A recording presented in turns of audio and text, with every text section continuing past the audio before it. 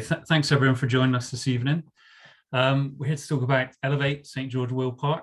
My name is Rob Wyatt. I'm one of the volunteers that works for Elevate.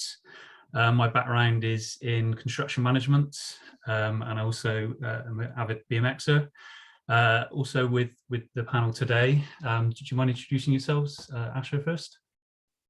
Oh, hi everyone. I'm Councillor Asha Craig. I am the local councillor for the ward of St George West, which is where St George Park and the current skate park is, and an avid fan and supporter of this initiative.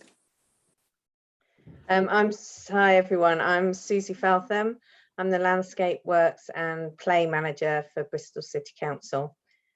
So I'm kind of overseeing it from the council perspective and working with Elevate to get this excited project off the ground. Great, thank you both. If you mind turning your videos off, we'll bring you back in. So towards the end, we're going to have a Q&A session once we've gone through the presentation. But during any point during the presentation, if you want to submit some questions, you look down in the panel at the bottom, and you'll find a Q&A section. So submit questions throughout, and there's a little vote button, which if you click that, it will increase the hierarchy of the questions up to the top. You know, if something you feel passionate about, you know, a question that someone else has asked, then by all means vote it, and we'll do it in that order.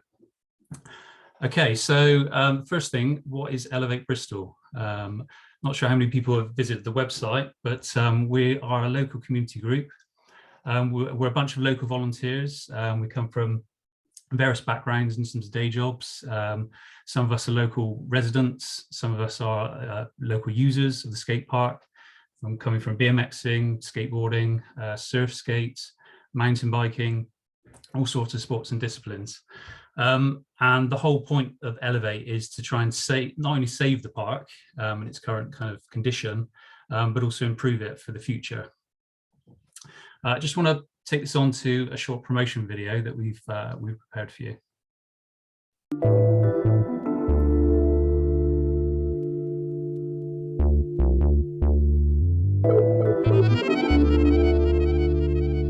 I would say that the Elevate project is going to be part of developing and regenerating a new and ambitious Bristol. And you know Bristol, we don't do anything by half. I was really excited. When I saw the presentation that was made, I was really bowled away, particularly by the ambition of the project as well. I am a very keen fan. It can do so much more than just be a skate park. There actually isn't anything for young people, children and young people over 8 and older in the ward per se. And the skate park is tremendously used by young and older. We are a city of firsts. And again, one of the things I loved about the idea and the design, this could be a really amazing venue that's skateboarders and non-skateboarders, because remember, a lot of the young people who are here, their families bring them here. They may not necessarily be skateboarding fans, but Bristol has a large skateboarding community. I see them every day, and I think it would be great for those skateboarders to know that there is a really accessible skateboarding venue in the city. We've got new families coming in, and the visitors, because remember, this is an iconic park for Bristol, and many people come from far and wide. So the audience for Elevate is going to be huge.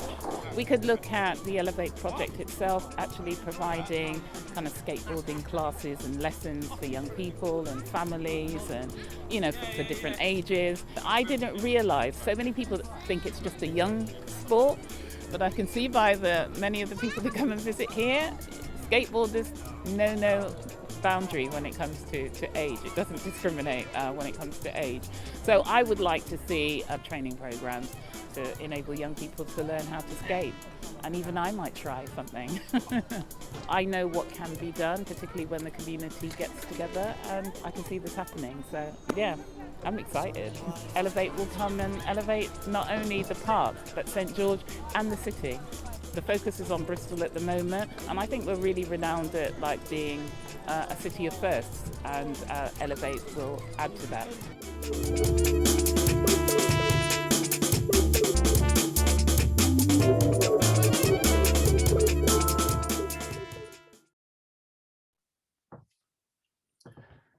Okay, thanks everyone, and thanks for Ash's input on that video. It's fantastic.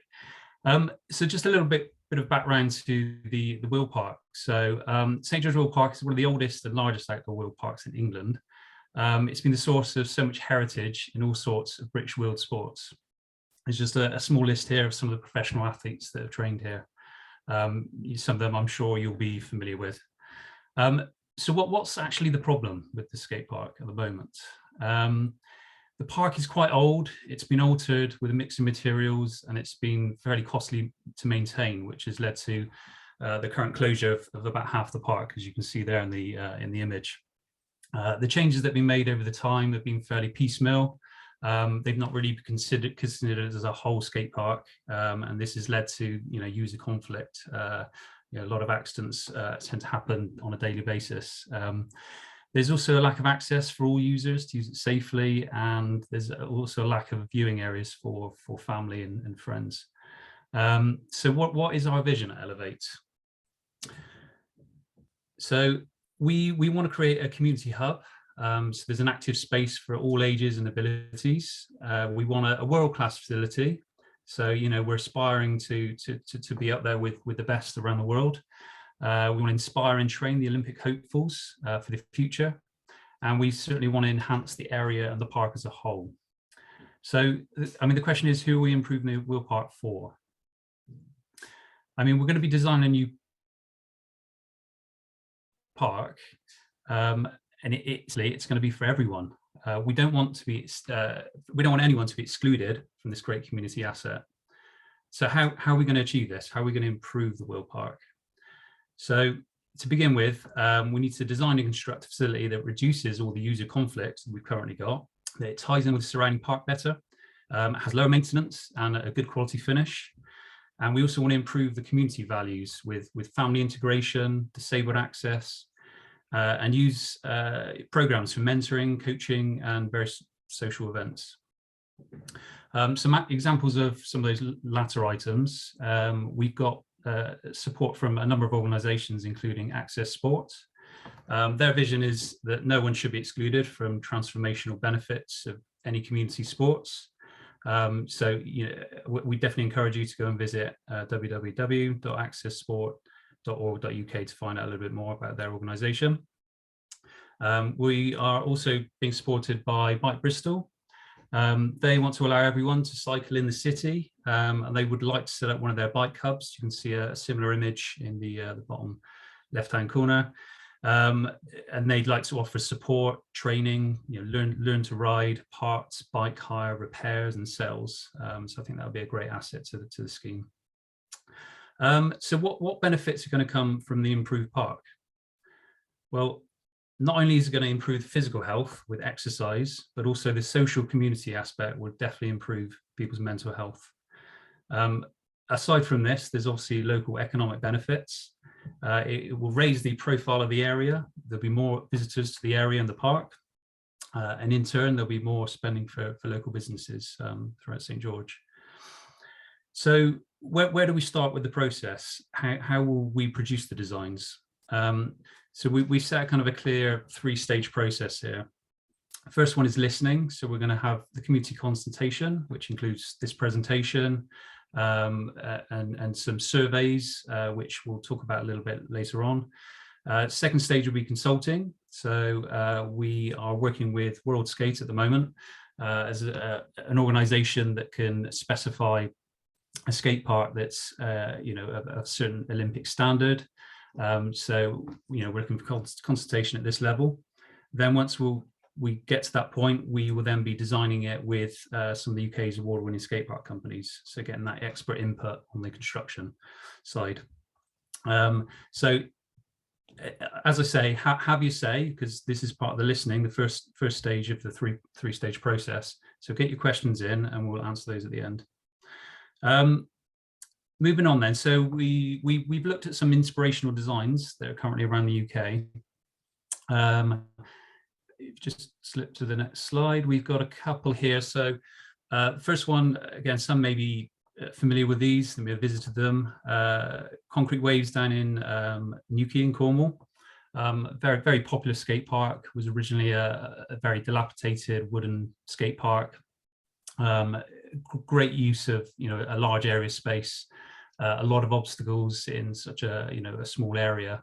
Very, very clearly thought out in terms of, areas to skate and ride, that doesn't cause, user conflict. But at the same time, on a quiet day, it can flow from one area into the next, which is great. We've also got the level at Brighton, very similar in terms of the concrete waves, but I think they've kind of stretched out into the space that they had a little bit more, creating some more flatter areas for street and things like that. So this is the kind of thing that's inspiring us, but I think, there's such a massive grey concrete there that we also want to, engage the designs, make them more creative and beautiful. We want to be able to add some colours, some textures and designs, which some of the UK skate park builders have started to introduce in some of their more recent parks. We want the seating area to be a bit more engaging than just your basic picnic benches, if we can. And we like to engage other sports and activities. We've got the multi-use games area in the centre. If we can get enough funding together, we'd like to incorporate that into the rejuvenation of the park. And we'd like to incorporate other sports and activities around that. I mean, there's an example there of, climbing walls that could be applied to the back of the skate park, raised areas. There's obviously a multi-use games area, and other things like that. We've also had some concept art done through the years from a couple of the most famous UK skate park builders. So Maverick Industries looked at the area of the park. This all the way back in 2010. I think that was just prior to the last kind of items that were installed, that most will be aware of. Moving on from there, we've had Canvas more recently have a look at it, just think what they could do with the space. I'll just let these images sit there for a little while longer. We've got another slide with a couple more angles showing some of the interesting parts of the park. And then finally, just an overview of the Canvas design, just to explain the kind of thinking that behind their design at the moment, going back to some of the issues really. We've got, Canvas is tried to approach this with different zones for different levels and styles of riding and skating. They've tried to include areas of the green space within the actual compound of the skate park to integrate the seating for families and friends. They've also introduced other sports around the mugger. I don't know if you can make it out there, but there's like gym equipment, a ping pong table, some further seating, which is great. And they've tried to move away from large expanses of grey concrete by adding more and more colour to it. And as I said before, the kind of colours, patterns and textures, even images that you can incorporate on the sides of obstacles seems to be very popular at the moment. But the question is, I mean, how do you want the final design to look? Overall, that's down to you and this first part of the consultation, really. So what's the next plan of action for Elevate? So we have got a survey set up for the residents and users. We have a crowdfunding page set up and launched today, along with this consultation. We are then going for a number of fundraising targets, including seal application, and then we will commence the initial design consultation in accordance with the 3-step process. I'll provide more information on links to the survey and the crowdfunding at the end of the Q&A. All right, but you could also find it, actually, I think it is added to the chat if someone wants to grab that quickly now. We've got a number of people supporting us in this scheme. So we've got British Cycling, Access Sport, who I mentioned earlier on, Bristol Skate Park Collective, who've been quite helpful in rejuvenating a number of facilities around Bristol. We've got Skateboard England, and of course the council is with us today and fully backs this scheme. We've also got, as I mentioned before, we're engaging with World Skate, who will put us in touch with designers and skateboard builders that can specify a good level of world-class competition skate park. as well as other high-profile organisations and various, individuals in and around all the extreme sports. Okay, so thanks for your time for the presentation, and we're going to move it on to some questions and answers. Okay, someone's just upvoted. So we've got the first question. Plans sound great. Sorry, this is from an anonymous person. Plans sound great. What's the timeline? When could we see the new park built and use? So I don't mind taking this question. The timeline, I mean, if you go to our website, we're looking at roughly a 3-year process, really. First year being the consultation, second year being the fundraising, and the third year being the construction. So this isn't, a quick process by any means. However, we are commencing the funding alongside the consultation process at the moment to kind of speed that process up as much as possible. But given the aspirations for the project, it's not going to be, built anytime next week. Okay. We've got another anonymous attendee. Hi, I'm 45 and still skate all the time with my family at St George's. Fantastic, just like me. I'm a dad and I skate with my family too. I'd be really keen to see the park layout, as we all would. And how is it going to meet the needs of all users? It would be good if it's progressive learning park with transition sizes for all abilities. A comparison would be Bath Park that has a 10-foot vert bowl, has a tiny small bowl. It's a good example of having both extremes, but no progression. Having an Olympic standard is great, but there has to be a way to progress into that. Again, this is going back to the kind of design process, really. And the thing I would say, obviously, we put up some concept art from Canvas and Maverick, over the last few years, and we will certainly be engaging with these kind of park builders. But none of the design is set at the moment, and that's why we encourage you to go and fill out the survey. We've got quite detailed questions on there about specific obstacles, what style of skating and riding, etc., that you might do, and what might be most popular to use for the park. And once we gather all that information, we can put that into the design of the skate park. So we're not dismissing anything at the moment, but we absolutely want to encourage the development. So I would hope to see different zones, for kind of beginners and younger children moving up to that competition standard areas. Is there anything you'd like to add to that, Susy or Asher?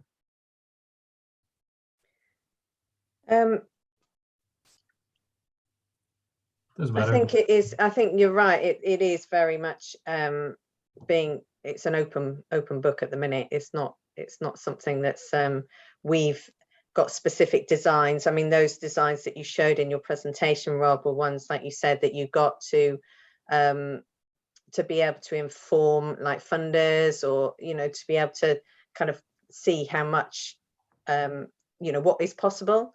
But it's definitely not, as you've said to me previously, and you said in the presentation, it's not prescriptive of what is going to be there. I think what we've spoken about is very much that progression, having something that is for everyone. And in Asha's presentation, she said the same, that it is, we want to have that, that it's for everybody and not just an elite park for the Olympics. Yeah, if I could add, I mean, it's all going to be down to the design, and already even that this is a new world for me, but I have been watching a lot of skateboarding. The Olympics, I was absolutely hooked with the skate program there, and I could just see, there's so much potential, even in some of the pictures. It would be great, even maybe as we develop the surveys and we start to look at designs. I think there's some really great designs. I didn't even realize you could put in what is kind of a climbing, the helping people to kind of climb. Love the color scheme. And what's also going to be really important for, I know, a lot of people, is the use of maybe sustainable materials in building the park as well, in terms of being environmentally friendly. and using different sorts of materials, because I'm not sure whether or not we can actually use, I know that plastics can be regenerated into maybe a useful material that could be used as opposed to just plain concrete, because I do know some people don't like the idea of concrete, but I love the fact that it will be integrated within the wider kind of green infrastructure of the park itself. Absolutely. Yeah, I mean, we certainly will be exploring, environmental, routes with the various contractors. Obviously, my background is in construction management. Concrete is seen as not so much an environmental material, although once you factor in kind of life cycle of the facility, obviously it's limited in terms of maintenance costs and things like that. So when you look at that, and the reuse of concrete can be crushed and used for kind of sub bases and foundations for other projects. So it's not as environmentally impacted as some people think. So just bear that in mind, because a lot of skate parks are built with concrete nowadays. But as you say, we want to explore all options really. We've got various people upvoting the questions, so they're kind of jumping around in order. So sorry if I repeat something.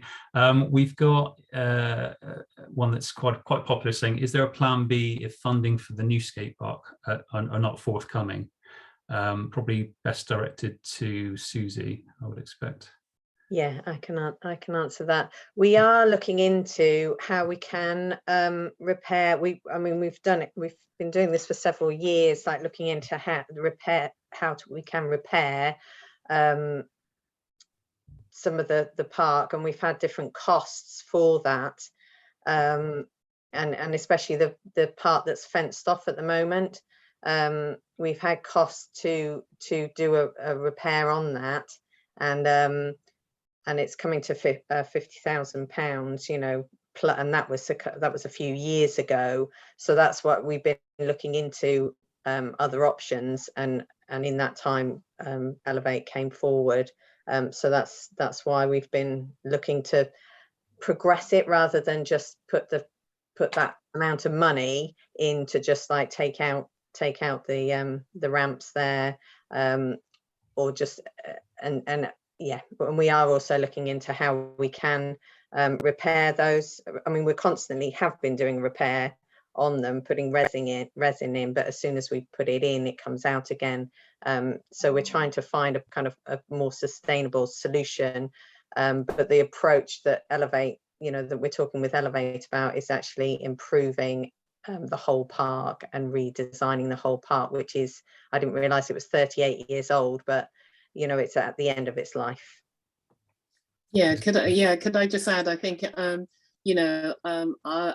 have been kind of exploring the potential. So we're going to be talking about putting in a funding bid this year for some SIL funding to go towards that. But there's something called strategic SIL, which is community infrastructure levy funding, and the strategic SIL is the money that's held by the council. So I think it's 85% of the funding goes back into the communities, but 15% is held by the local authority to do bigger projects, like some of the works that we put into Castle Park, and strategic initiative funding that is has a citywide, I suppose, impact as well. So I will be talking to colleagues in the growth and regeneration team about looking at using some of the strategic SIL, which runs into quite a few million that we can use towards the maintenance.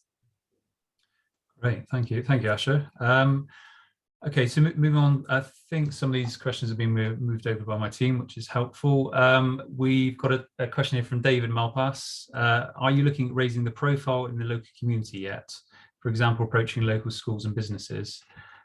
Just on behalf of the Elevate team, obviously we're a small bunch of local volunteers. We've got various kind of backgrounds in specialties, from media, from construction design, which is got us this far with the consultation. Really, we have got a section on our website to get in touch with us if you've got some skills that you could bring to the table, such as some kind of connection to local schools, etc.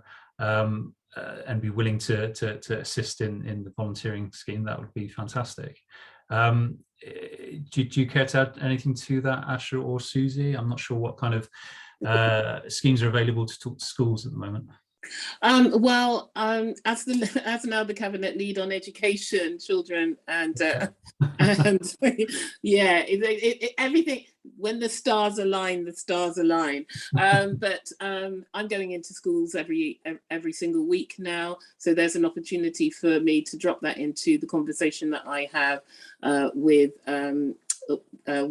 students, and also I have access. We can email out information to every single school across the whole city, primary and secondary, and ask children to get involved. I mean, we've just completed the elections around our youth council, and over 11,500 young people voted for who they wanted. So democracy works when it comes. So if we want it, there are ways we have access, and obviously the city council will do all it can to support that.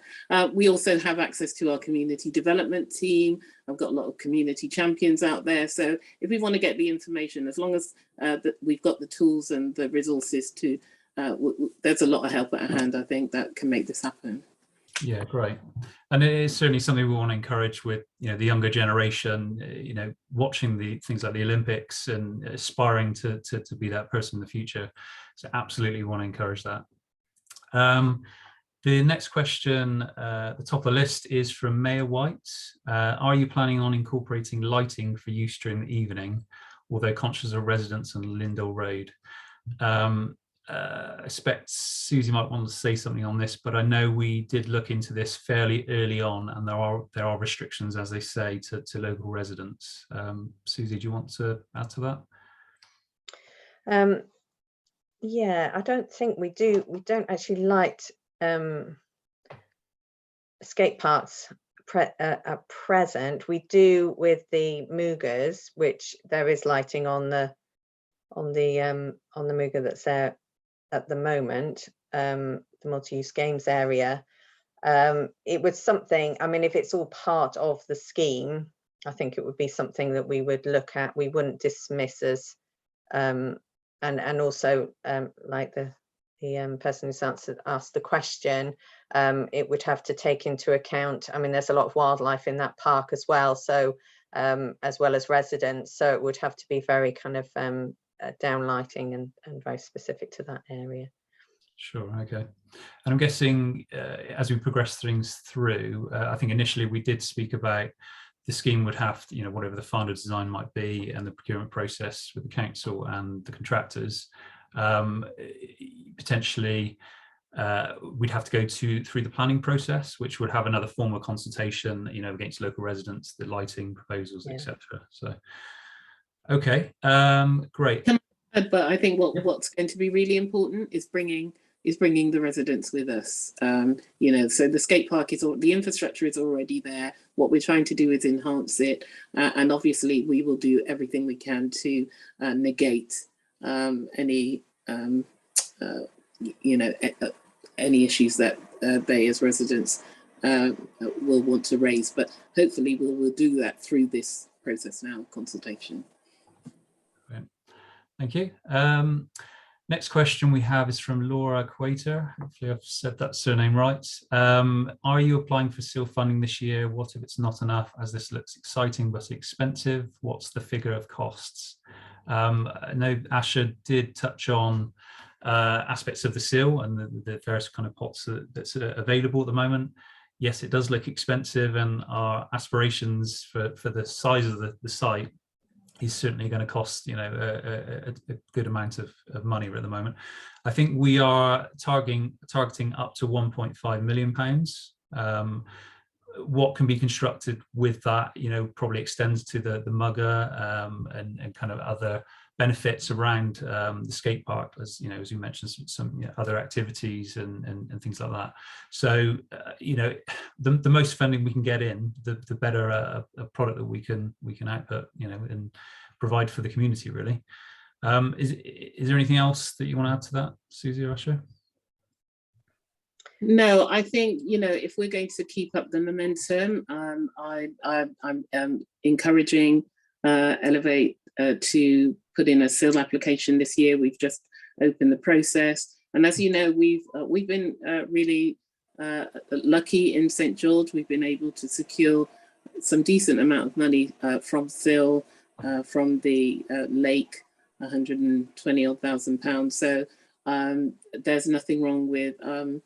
I want to push us to go for about 150,000 out of this year's SIL funding, and we'll work on what that can go towards, because it can't just be spent on kind of revenue, etc. But at least we can secure some money now from SIL to go towards the 1.5 million. Right. And as I said, you know, we're starting this funding process alongside the consultation at the moment, so it's kind of a year early in the plans at the moment. So the more we can get in now, the better. Absolutely. Yeah, I can add to that as well, just with the funding, because we are also talking to other.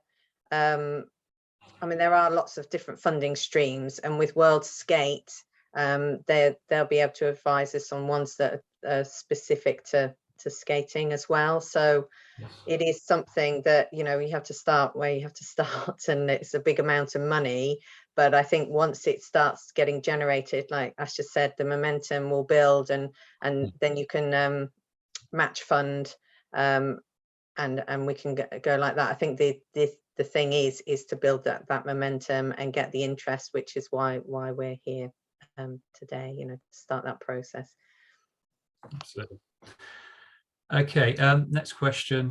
How many we've got now left? We've got 11 questions. Been going for about 35 minutes, so I think we'll try and rattle through these. One of the issues with the current park is that it's not getting the maintenance it needs. When the new park is built, how will we ensure it's looked after in the future? We did kind of touch on earlier that, you know, given the age of the skate park and the kind of piecemeal repairs, as you said, Susy, it's coming to its end of life, just like any construction, you know, building, etc. would have. Once we have a new facility in place, you know, what's the council's kind of method of maintaining that? Sorry, go on, Esther. Oh, well, I was going to say, I mean, you know, it's in our park. It's part of our park infrastructure. So what we need to work out is how often we need to maintain it. But I think the great thing about this proposal is that it will have possibly very minimal maintenance, but we will ensure that our parks team has sufficient resources to enable them to maintain parts of it, whatever needs. But I don't know, Susy, if you want to add. Yeah, no, I can definitely add. I mean, to be honest, I think the new park will have far less maintenance needed. And it's not that we haven't been maintaining, it's just as soon as we fill those holes, it might not look like it's being maintained, but because there are so many, it's a cracked surface, you know, it's completely, I mean, as everyone probably on this call knows, it's completely cracked the surface of some of the ramps, especially those ones that are fenced off, and that's why we had to fence them off, because no matter how much resin we put down to try and bind those pieces together, they just cracked again. So we've been putting a lot of money, and that's why we thought, do we spend a large amount of money to take all those ramps out, and then we've got nothing, or do we spend that money to try and get more money to improve the whole park that will need far less maintenance in the future? Yeah, absolutely. And just going from my construction background, you know, obviously the materials that we're going to be applying, obviously going to be a bit more hardy. The specifications of, you know, concrete and other materials in this day and age are a lot more kind of stringent than they were, you know, 20, 30 years ago. And, you know, kind of general upkeep of materials such as that are going to be far and few between. I know there's going back to Concrete Waves in Newquay, I know that they're fundraising to make some small repairs where the concrete wasn't sealed properly, you know, on a regular basis. So things like that, we need to get, you know, the clear specifications from, you know, our consultants, the experts and the park builders to make sure we've got the right maintenance plan moving forward. All right. We've got another anonymous question. Is the plan always for the park to remain free to use? I know the council are trying to find ways for the parks to generate more money. My initial view from Elevate, going back to our presentation, is, you know, we want the skate park to be accessible to all. So I wouldn't imagine we want to be charging for a public facility. I'm sure Susy and Asha would want to jump in and completely agree. We have no plans to, it's like you say, a public facility, so we don't have plans to charge. No, we wouldn't be charging, and I think as we move forward with this as well, because, you know, there are lots of ideas that are coming through around kind of repairing and training and who could or should deliver that. So there may be some cost for like training, if they, you know, do a 6-week training on how to skateboard. You know, I might, I don't know how to skate, but you know, it really, we will just look at it. But the local authority at this moment in time, it will be free to everyone. Yeah, I mean, I mentioned Bike Hub, not Bike Hub, sorry, Bike Bristol, in the presentation. You know, they might have courses. I'm not sure how much of them are paid for. There might be other schemes, you know, in terms of getting people onto BMXs, onto skateboards, scooters, inline blades, you know, whatever the discipline. But to be honest, it's the kind of community of these extreme sports that not many people really charge for these facilities unless they have something to maintain that's usually privately owned. So, you know, a lot of these mentoring and coaching are going to be kind of local community groups such as ourselves, really. So, no, certainly won't be looking to take money from people to use the facility. All right.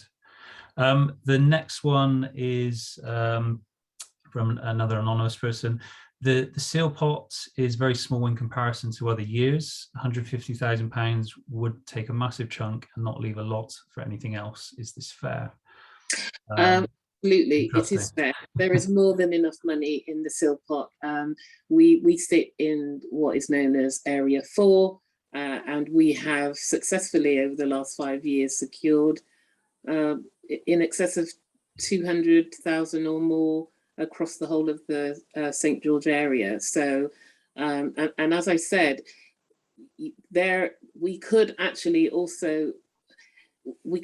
look outside of the Area 4 seal pot. And as I said before, looking at the strategic seal, which is the citywide seal funding that is held by the local authority for schemes that have a wider city impact. But yeah, it is very fair. Lots of people put in bids from across the different wards for hundreds, £200,000, and some we fund, some we don't. It will always be down to how much is in the pot at the moment, but there's still quite a significant, I think we have over £1 million in the pot. Right. Thank you, Asha. I think there was a couple of questions just moved over there. Apologies if I didn't say them out loud, but I think they were just running over some of the questions we've already answered. Another anonymous one. Great to see the plans come forward. Well done to all the team involved. Thank you. I'm interested in the future of the Muga, which is a multi-use games area, the basketball and football court in the centre. The floodlights badly need fixing. Could this be done as part of the project or sooner? Some just need turning on. Part one. Are there opportunities to enable new emerging sports in the UK like futsal? South American version of football played in urban spaces. So two aspects to that is the multi-use games area and introducing new sports. I can talk about the multi-use games area, definitely. Yeah, we will look to sort that we have got a project that we are looking at lighting in in Muggers at the moment, and we will be looking at that as part of that. If we can do it sooner, yes, definitely. I mean, it's still there as a separate facility, so we will be, and I'll make a note to bring that up with the project. Yeah, I mean, in some of our early consultation with the council and the local parks teams, you know, we've had the latest specifications from Muggers, and it's certainly an aspiration to have that completely rejuvenated along with the Wheelpark at the moment. So we'll obviously keep plowing on with funding until we obtain that, really. So I've missed the second part of the question. Obviously, as we said before, we want, you know, all sports, not necessarily just those in the Wheelpark, but in the Mugger as well, you know, to be accessible to all, really. So, you know, absolutely, you know, if there's an organisation out there that you know undertakes the futsal that he, you know, mentions in his question, then by all means get in touch with you know, the local council or the team. We can try and direct you. All right. Okay, next question is from Andrew Spicer. He has a phased design and build approach being considered, so the children of today get to play instead of waiting for years. Better to build new in phases if money is tight than waste money on maintaining the old poorly designed elements. Interested, so he's essentially looking whether we cut and carve up the proposals in a number of phases, staggered over maybe a year or two. Interesting concept, but is that something we'd consider, Susy? It could be a consideration. We have done that. We have done that on smaller projects, not skate. But I think the thing I'd be conscious of there is that we'd need to have like a definite phased approach rather than it just being, you know, we'd have to say, right, this is going to be funded, this we do it with play areas, you know, have a design for the whole thing, have a vision for the whole park, and then say phase one, we're going to fund that bit this year, so that it all fits together rather than not. But yeah, it's something that we could look at. Okay, I mean, just coming from my background in construction, yeah, obviously know about a design and build process and phasing of construction projects, and ultimately phasing projects will ultimately extend the program period and probably add to more cost in terms of site setup. And also, you know, it's a public space. You want to minimize the amount of construction for one period, you know, health and safety issues of having a live working Wheelpark area and a live construction site. So it wouldn't be my preferred route, but I think, you know, once we see where the funding is ending up, maybe at the end of year 1 or 2, you know, and through the consultation process, if that's something that we need to explore, then we can certainly have a look at it. Yeah, it definitely wouldn't be my considered approach either. Where we have done it, it's been with play areas, and it's kind of delivery of play equipment. So it's not like that we're, you know, it's a construction site. It's just one piece of equipment going in. Yeah, agreed. So another anonymous question: the current park is in a right state. Sorry to agree. What can we do to keep the park in use until a new design is built? I think we did kind of already touch on this earlier, Susy, in terms of, you know, the quotations you've had are quite high at the moment. We're trying to work with us in terms of what our proposals are and getting funding in quickly. I mean, is there a timescale where we think we, you know, have to bite the bullet and do some repairs to reopen an area, or not? We are looking into it. Yeah, we're looking into it because we have to have options, you know, on to be honest, we haven't had, we've gone for different quotes for different kind of approaches, you know, whether it is just a taking out some of those ramps that are fenced off at the moment, and then developing the rest of the site. And we haven't had anything back from any contractors as yet, but we are still chasing that, you know, so that is something that's on the. Okay. I will add it's a very busy time in construction at the moment. So all the contractors are busy, subcontractors, material supply, and everything. So I can completely understand if you're still awaiting tenders back. All right. Yeah. Okay. How many questions we got? They keep flooding in, so we're back up to 6 questions. I think we'll have to make a cut off fairly soon, but we'll try and go through a couple more. Ray Henry, there's 2 questions from Ray Henry. They just jumped between them. If the number of users increases, will there be additional cafe provision in the park? The existing cafe gets incredibly busy as it is. So can I come in with that one? So, and I'll be putting in my own responses to the survey, but I know that residents of St George and some of the community organisations for many years now have had an ambition of creating a kind of indoor cafe area, and we have the site near the Bowls Club at this moment in time. Now, we had gone through a consultation exercise about what was going to be happening around those bowls clubs, because some of them are, we can't continue to kind of maintain them, particularly as the use of the bowling area goes down.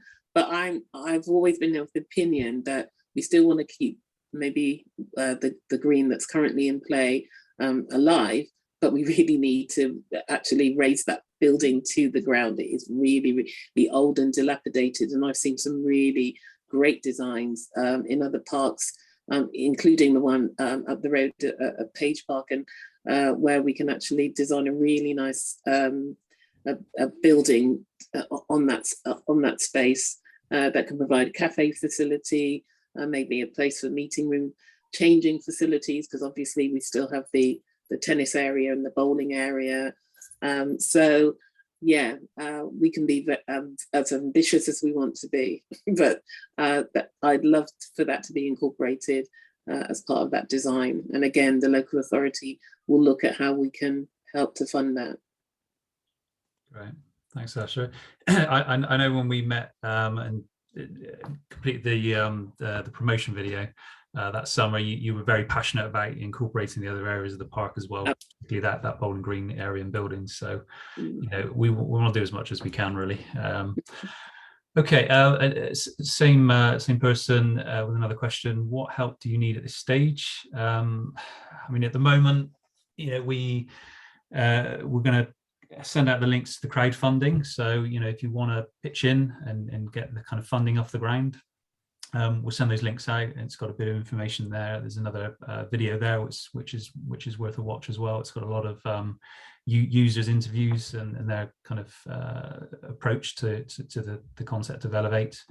I mean, beyond that, I'm not sure. Yeah, Asha and Susie, whether you got anything more to add? Getting the word out there, I'd say. Yeah, absolutely. Yeah. I was sitting here thinking, how do we get the word out? I think one of the things I'd be keen to do, and I'm happy to work with Susy on this, is and to Elevate Bristol, is getting a press release out, and we send it out far and wide, and hope that we get a lot of press interest in this, and and just get the city behind this, because it isn't just, one of the things I love about St George Park, it is a destination park. It may be it's a local park to us as residents, but it is a destination park for people even outside of Bristol. I've spoken to people who are just in for the day. They've come from Bath, they've come from Swindon. So I think that's what we've got to contemplate, that we will see an increase in footfall once we realise these designs, and so yeah, we need to get the whole city behind us. And there's a couple of people I'm also speaking to who want to invest in the city, and they're looking for really good ideas, and they really want to support young people, children and young people initiatives in the city. So I've already kind of dropped this into the conversation that we've had with them, and it's up to them to decide how they want that money to be spent. But one of the things I will say is that there's a lot of money in this city over and above the local authorities funding. And so what we've got to do is ignite the same kind of fire that many of us have for this project with others in the city who may be willing to back this. Absolutely, absolutely. I mean, going back to the actual Elevate team, we've got a background of, various professions in design. We've got web designers, video production people, graphic designers. From construction side, I'm a quantity surveyor, deal with commercial and contracts. We've got a project manager in construction. All great skills, but we can always, there's always lots to do, to be honest. So if there's any other volunteers that want to come and join the team, then just drop us an email from the website. Okay, we're down to 3 questions. What sort of costs are we talking about for these concept designs? I did answer that briefly earlier on, that the kind of target was around the 1.5 million mark, depending on aspirations and how far we can spread that between the Mugger and other facilities around the park. The next one, Andrew Spicer, again, has any consideration been given to a mixed use site to raise funding? Part of the park could be undercover or weather, with another use above, similar to the housing in the adjacent car park. That's quite an interesting concept. I'm not sure we've got any undercover skate parks in Bristol. Oh, there is an undercover skate park, isn't there? The one that's in Bishopsworth. Bishopsworth, yeah. And there's another one in South Gloucestershire between Yates and that a youth centre was taken over, and they did kind of an indoor. That's Canvas, yes, yeah. The Canvas board, they've got a couple of locations. Yeah. But ultimately, they're still a paid skate park to use. I'm aware of, I think, one down in, I think it's Poole, somewhere like that. They've got certain kind of, almost like tin topped, roofed with, on columns. It lets out. It keeps out most of the kind of rain, but you can still get ingress of water from the sides and things, and it's not particularly a cheap thing to achieve, really, which is currently already an open air Wheelpark. But an interesting thought, and by all means, put it on the consultation survey. It is interesting. I'm not sure how we would stand in terms of ineffectively building houses in a park. I don't know how much traction that would have. I can tell you now, 0. We've been there, done that, worn the t-shirt. No, I'm not opening up that can of worms. I think that one's vetoed already then. Okay, final question, cafe above the skate park. So adding to that, I mean, it's getting into the realms of an indoor skate park then, which I just don't think that's going to follow the idea of a public park, unfortunately. Got one more just jumped in. Is there an option of doing a volunteer type dig days where we could improve sections of the park or help to remove the old ramps? I think that would be welcome, to be honest. Yeah. Can I just say, yes. It was a conversation that we were having a few months ago, weren't we, when we were talking about, do I really want to spend £50,000 to repair something that is really like dead in the water, or is there any way to actually kind of save on that money? Because we've got, like you've heard, Elevate Bristol consists of a lot of great professionals, creatives, etc. But what we also need is, there's a lot of people who live in the community who are contractors themselves and do building and what have you. And if we could maybe garner some support, I think that the issue for us was about like health and safety, and can you really get volunteers to come and do like lots of that heavy lifting? But definitely something that we would explore. Yeah, absolutely. And going back to this, the quotations that you're waiting back, Susy, on some of the repairs. We've got contacts which we have engaged with them about certain local contractors, whether they would donate some of their time or plants to kind of reduce these costs, really, just to get something done in the meantime, really.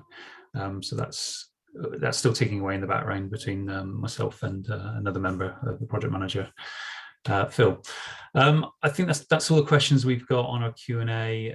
There was a few bits and pieces in the chat which I've kind of left to one side. Sally, she has said, "Where is Hacker?" who is very much part of the team, a very famous old skater. So he is here in the background. Thanks for mentioning him. And I think that probably wraps up all of the Q&A. If we can just go back to the final slide. Yeah, just basically to thank everyone for the time, really. As I mentioned before, we've got the residents and users survey and the crowdfunding link that was shared in the chat. We'll also be emailing that out to our mailing list, and if you're not on the mailing list, then please go onto our website and get registered.